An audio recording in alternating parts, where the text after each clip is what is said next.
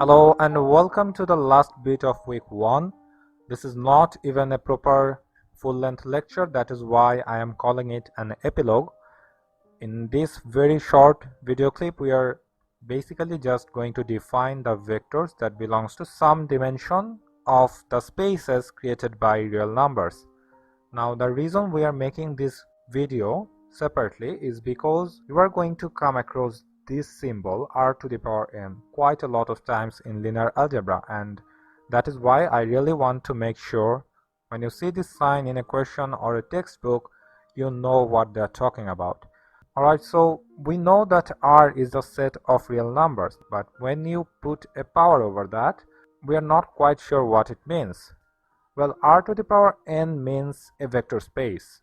Now I know you don't really know anything about vector spaces yet, but just think of vector spaces as an infinite set of vectors. So a vector space is an infinite set of vectors. Now this is not a real definition of what a vector space is, but we are going to get to that later.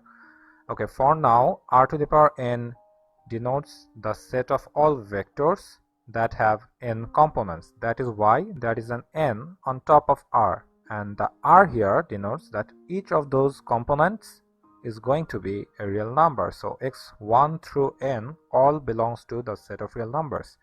Now when we are talking about r to the power 1, we have all vectors with only one component, but if we have a list of number with only one number, that is not a proper list, that is just a number.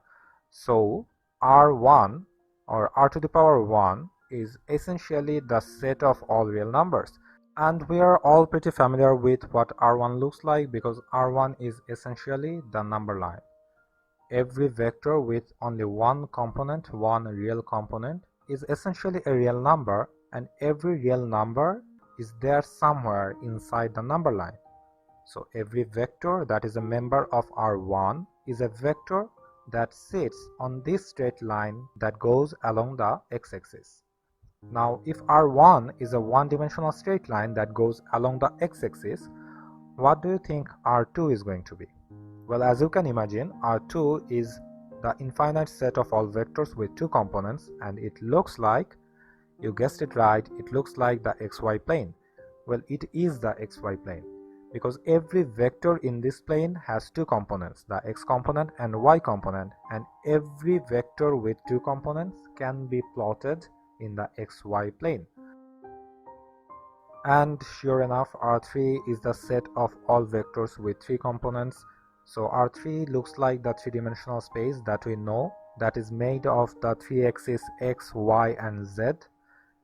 Every vector with three components can be found inside r3, and although it is very hard to visualize or plot or even think about dimensions higher than 3, we can have any higher dimension of r. We can have r5, r7, r3599.